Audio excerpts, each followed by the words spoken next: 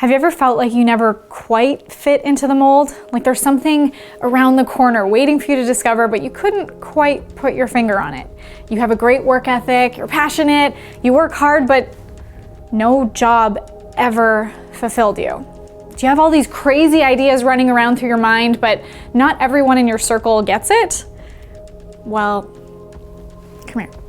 You might just be a natural born entrepreneur.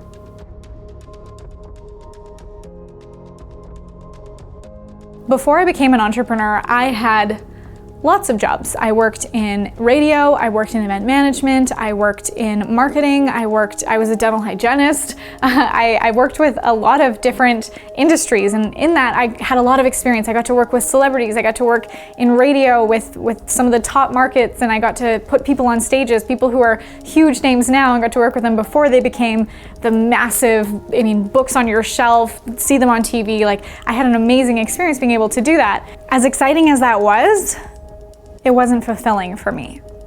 I didn't like having a boss. I didn't like not being the lead. I wanted to be able to creative and be on my own terms.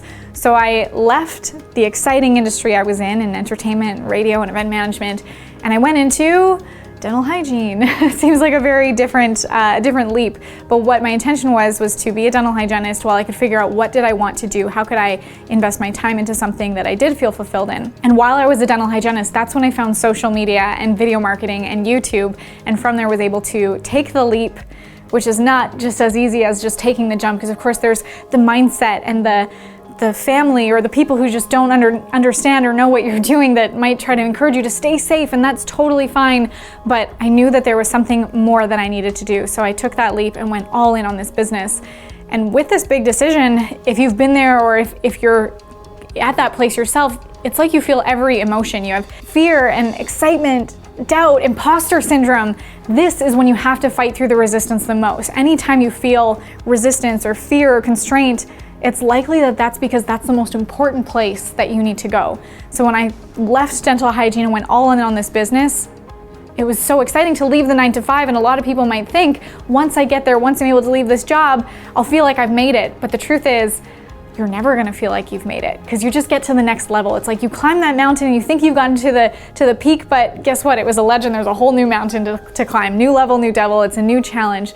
So if you want to get a head start on that mindset that's needed to go through this journey, I'd love for you to download my Thought Leader Handbook in the link below. When you have a vision and you want it to come true, the question isn't, should you start a business? But the question becomes, what action will you take? Who do you need to be? What do you need to do to have what you want to have?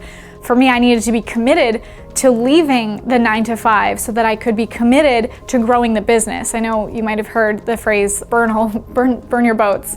Tony Robbins says that a lot of, like, don't have that fallback plan, go all in, burn the boats. Not every entrepreneurial story started with this aha moment and then smoothed out from there. Mine surely didn't.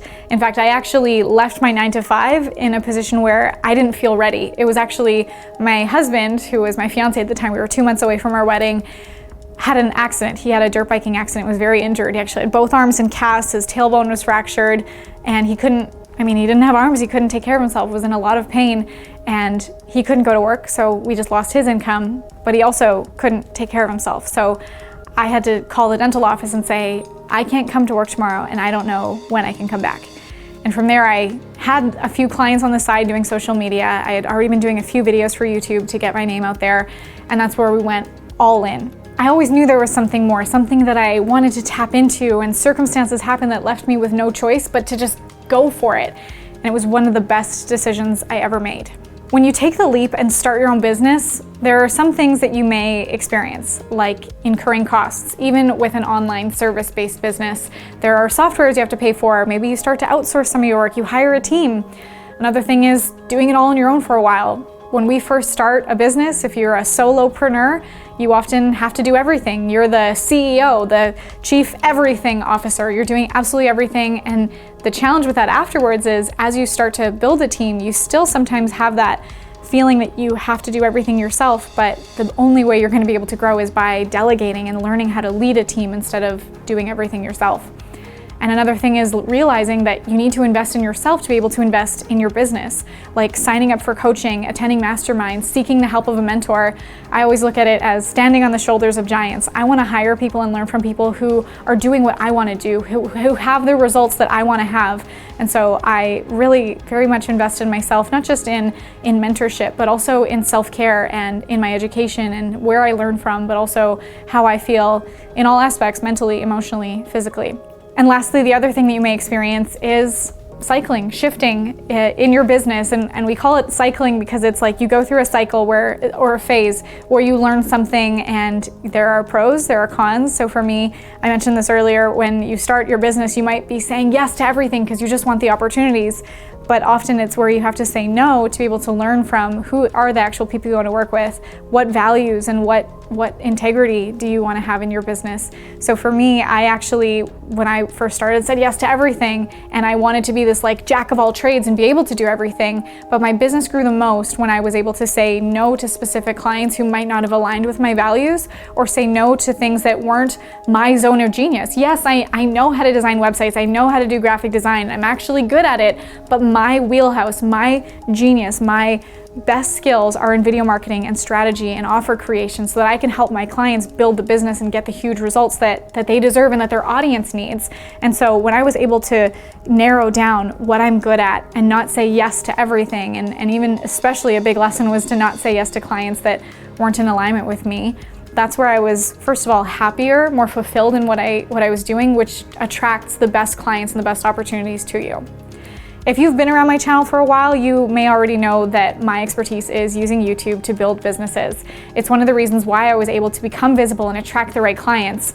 I know the initial constraints that entrepreneurs have in the beginning, and I've been able to use that knowledge to help other business owners find a solution.